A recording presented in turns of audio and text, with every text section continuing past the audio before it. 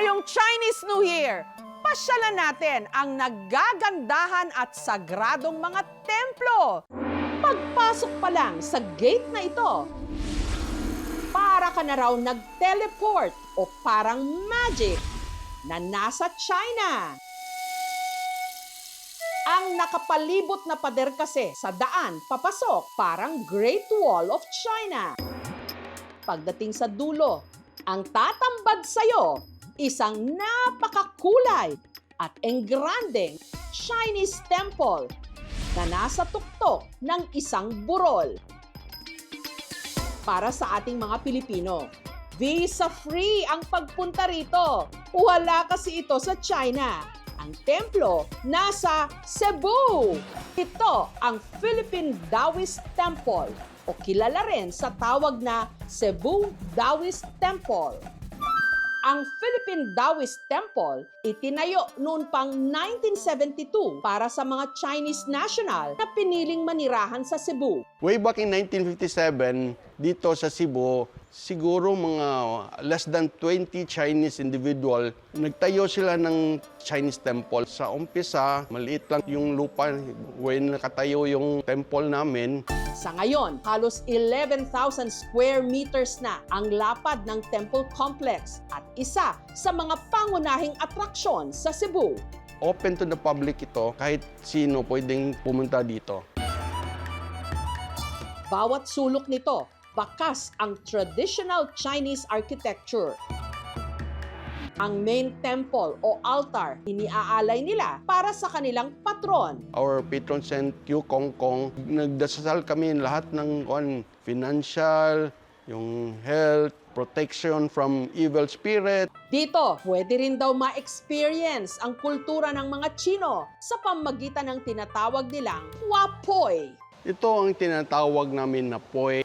Ito, yung wooden kidney shape na wood. Pag meron kang i-wish, inuhulog ito. Pag ganito yung opposite side, isa yung flat sa ibaba, yung rounded sa ibaba, meaning yes, meaning either your wish granted. May mga maliliit din silang altar at templo para sa iba pa nilang mga Diyos at santo.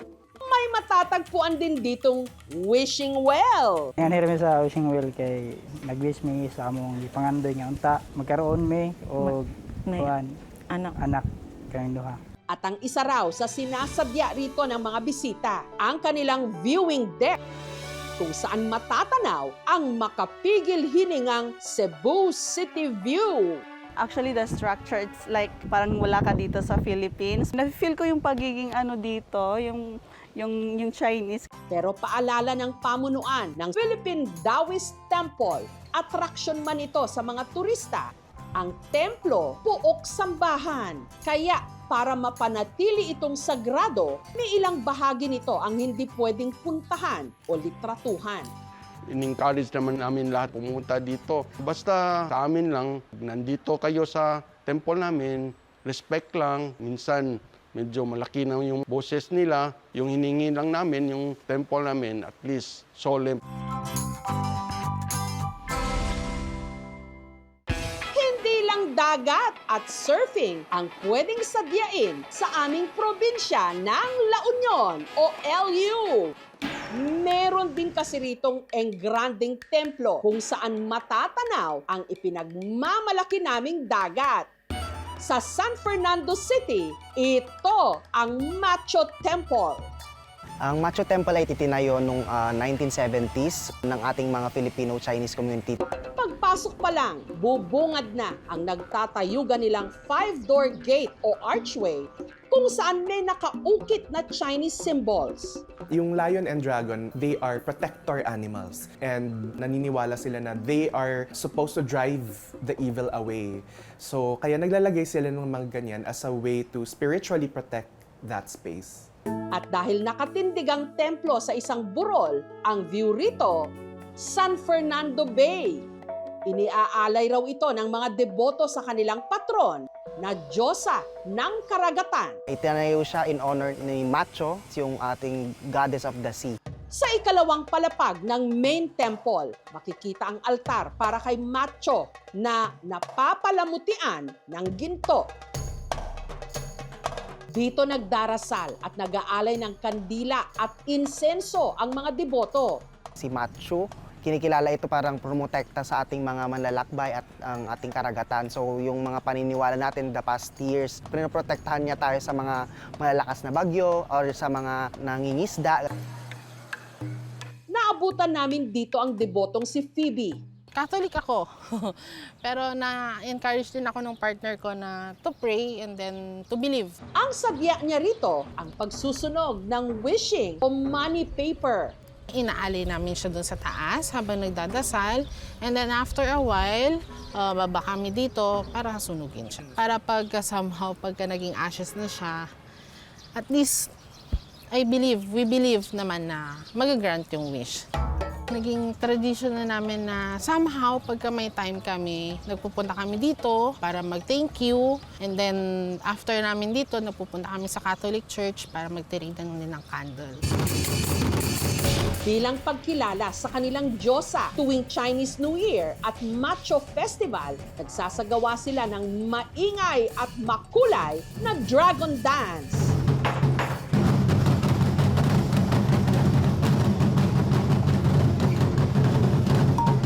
Bukod sa templo, makikita rin dito ang tinatawag na Spider Dome. Kung makikita niyo yung itsura niya parang spider web, yung inspiration ng architecture niya.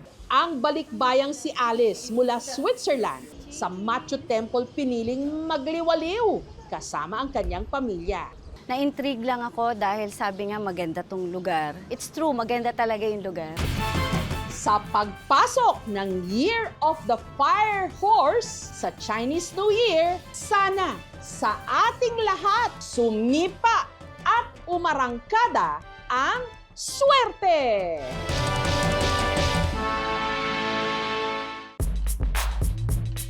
Ngayong Chinese New Year, hanapin natin ang mga pagkaing may sipa gawa sa paa ng manok o Adidas. Sumipa ang imahinasyon ng vlogger na ito nang ang paa ng manok o yung tinatawag nating Adidas, ginawa niyang malabutones o tali ng jacket. Meme lang daw ito. Trending daw kasi ngayon ang mamahaling Chinese-style jacket ng isang sikat na sporting brand. Sa kanyang paandar, bigyan ng jacket yan. Pero ito raw talaga ang Adidas na afford ng mga Pilipino. Paa ng manok. Sa mga naghahanap ng pwedeng ihanda ngayong Chinese New Year, takbo na sa food park na ito sa Sampaloc, sa Maynila. May chili garlic na, bossing. Ang ibinibenta kasi ritong paa ng manok. Hindi lang basta iniihaw, kundi dim sum style chicken feet na may sweet and umami sauce. Parang restaurant style yung lasa. Ang nagluluto nito, si June, na dating cook sa isang Chinese restaurant. May mga amo kong Chinese, na-adapt ko lang sa kanila. Kaya ginawa kong negosyo. Madaling araw pa lang, takbo na agad sa palengke ang anak ni June na si Jovi para makahanap ng paa ng manok. Nay, magkano po pa Aba, etong si Jovi, pagdating sa pagpili, napakametikuloso. May kalyo pa to na yung may butas. Pag good kasi, talagang makinis siya katulad nito. Ay, ito mas maganda, mas malalaki. Magkano kilo? Ulang bawas, may kuko pa. Kayo na magtatanggal, ay salamat. Salamat po. Ang mga nabili ni Jovi, agad nilinis ni June.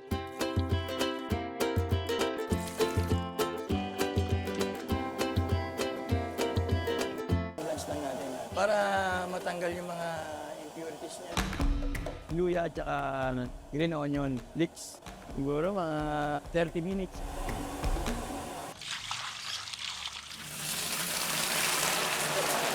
Pagkatapos nating pakuluan, piprito naman natin hanggang sa maging golden brown siya.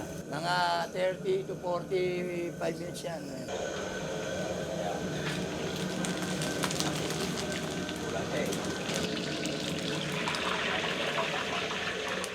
At ibinabad sa malamig na tubig. Bababad mo para yung init niya mabawasan. Tapos gagawa tayo ng sauce niya. Matrabaho talaga eh.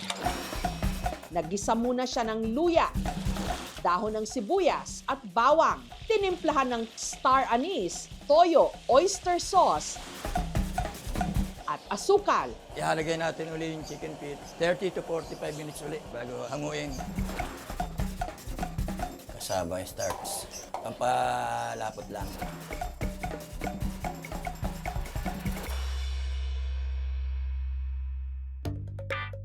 Bago itinda sa kanilang pwesto, inilagay muna ng misis ni June na si Josie ang mga iniluto nilang paanang manok sa container.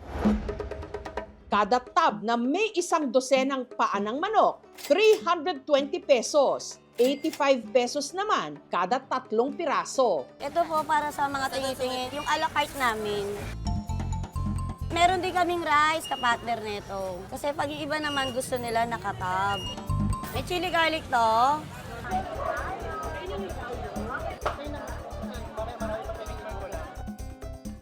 Kaalat, may matamis siyang lasa. Tapos full of the bone siya. Isang kahig, isang tuka lang daw dati ang pamilya ni na June. Nung bata kasi kami, talagang nagtitinda lang kami. Sa bangketa lang. Pag wala kang tinda, wala ka rin kakainin. Hanggang sana sa pagluluto, nila nagsimula.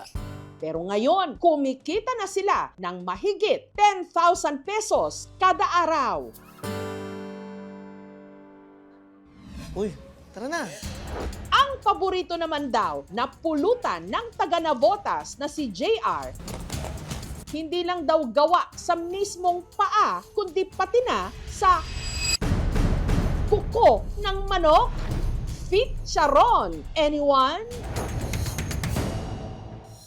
Karamihan po kasi na gumagawa nito, ito lang po talagang ginagamit, yung pinakapaa. Tinatapon lang po yan. Naisip ko na bakit hindi natin gawing chicharon. Para matanggal ang lansa at dumi sa kuko, lalo't ikinakalahig ito ng mga manok sa lupa. Ang mga nakolektang kuko, hinugasan niya ng suka. Para matanggal po yung mismong mikrobyo ng kuko, babalawan po natin ulit ng tubig. Mga 2 beses po natin gagawin.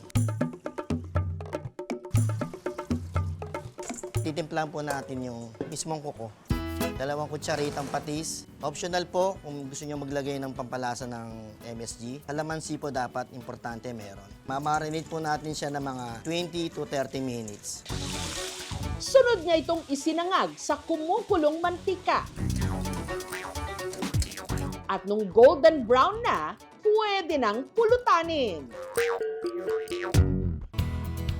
Masarap talaga paano sa alak. Nung una, hindi ko nung pinapaalam na gano'n nga yun. Nung medyo nangangalahati na, nagulat sila na, ay, kuko pala yun. Sabi ko, oh, di ba? Para po siyang chicharong baboy.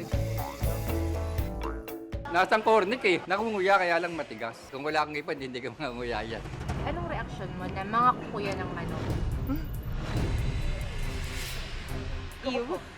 Pero okay lang. Pati ko ng manok ngayon pinakain na pala. Yung danger kasi kapag sa kuko yung kinakain natin, lalo na kung hindi siya deep fried, may chance na makasugat sa ating gastrointestinal system, sa ating bituka. Maituturing naman ng institusyon ang kainang ito sa Pasay na bumubusog sa kanilang mga suki sa loob lang naman ng mahigit 4 na dekada. Ang kanilang mga customer, madalas daw mapasipa sa sarap ng kanilang best seller, inihaw na Adidas. Recipe ito ni Alegria. Nung nagsimula kami, ulam lang ang mga tinda namin. Ako nagluluto. Naisipan na mister ko, pagtinda tayo ng barbecue kasi marami na nagtitinda ng ulam. Pag malinis na, tinatanggal na nila yung kalyo. Tinatanggalan ho ng kuko. Pagkatapos nalaman sa asin, hugasan na po. at saka niya i-marinate sa kanilang adobo-style sauce. Malambot na po ngayon yung paa, hahanguin na po natin para tuhugin na. Kada stick po, 2 pirasong paa ng manok. Tapos ang presyo po nito is 21 pesos. Papakain ulam all around. Napakalambot, yummy. Sarap, pwede mo kainin. Dahil sa pagtitinda nito, malayo-layo na rin daw ang inasenso ng kanilang buhay. Higit sa lahat, napagtapos nila ang 3 nilang mga anak. Sipag at tiyaga. Yan ang sikreto. Tsaka masarap, malinis. Wala silang malalasahan lansa sa mga paninda natin.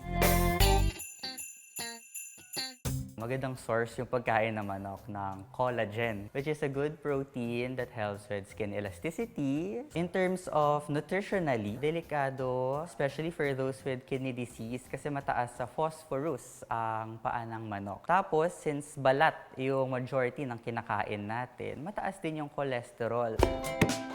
Dati, patapon lang ang paa ng manok o Adidas. Pero ngayon, marami tayong mga kababayan ang nahango nito sa pagiging isang kahig, isang tuka.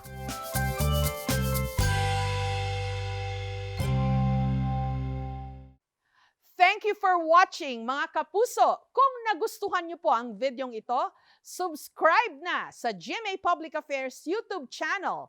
And don't forget to hit the bell button for our latest updates.